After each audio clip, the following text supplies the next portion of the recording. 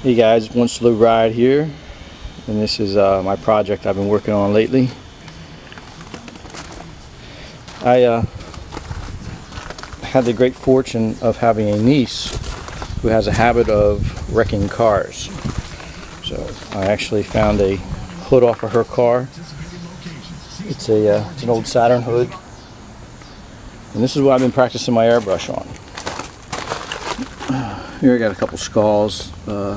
Each one of these tapes has, you know, what color blue that I used. Here's the True Fire that I've been working on. All of this is done with Createx. Here's more fire. That fire, I tell you, it's tricky, man. It takes a while to really get it, and I'm getting closer, but I ain't got it nailed. But anyway, it's all Createx paint, and I really don't recommend it, even though I'm just starting out. It just seems like it's thick, and when you thin it, it gets too thin, and it's a hassle. It really is. So here's just a $100 trick. This is probably the best one. It laid out nice and smooth, except for that corner there. It wants to peel, but it did lay out nice and smooth. The $50 wasn't bad. It peeled in that corner. This corner peeled. I peeled it back. I shot some clear under it and laid it back down, but now you can see this little reveal here.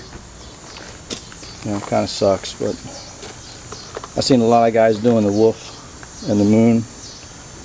Figured I'd try it. There's one of my templates for the moon. Get me an idea of how to do that. This is the second attempt at the money. She's laying pretty flat, not too bad. A little bit of bleed through. The only thing is when you clear it, it kind of bubbles up and wrinkles.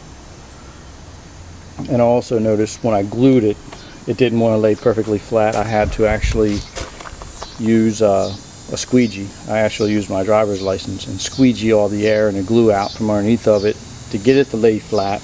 But once, like I said, once you clear it, it starts to wrinkle up.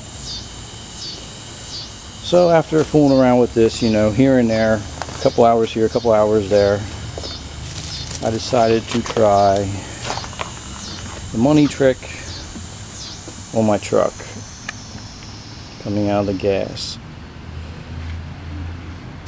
I did this last night. I came back here to my shop this morning where I didn't have any automotive clear, so I rattle can clear on it, and it was fine, but you still have ridges on it, and I figured, well, I'll sand it, buff it, blend it on in. Well, it didn't happen. I guess the clear is not dry enough or something, but you can still see, you know, a nasty little outline of the clear. You know, the old clear and the new clear, and I sanded it, I buffed it, rubbing compound, wax, everything, and it just started messing up the paper because it's thin is what it is. You know, we got little ridges here.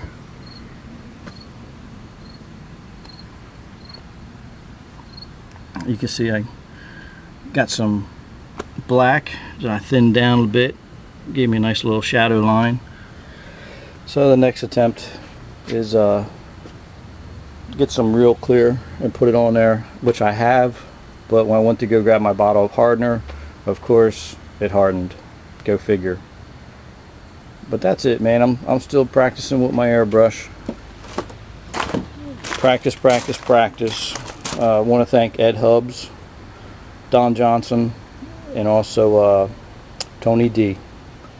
They all have great forums and websites, and I appreciate all the help you guys give to the YouTube community and people like us that want to learn. And just like Ed Hubbs says, just go out and do it and practice, have fun with it, and that's what I'm doing. A little bit here and there, a couple hours here and there, and it's starting to come. I mean, my True Fire looks a lot better than what it used to, believe me. I mean, it still looks bad, but it looks better if you can believe it. And the airbrushes, I got on Craigslist, typed in airbrushes, Iwata, Pache. I just picked up a Pache and a Pache pump for $60 just about 2 weeks ago, and that's what I used for most of this here. And last week I picked up a Vega, which is made by Badger, for $20, and paint. She gave me the hose to paint the whole 9 yards for 20 bucks. Great deal. So now I have 3 airbrushes under my belt. Heard a lot of good things about the Pache, but so far it's okay. But I think it's the Createx paints that I'm using. It's just not. I'm just not feeling it.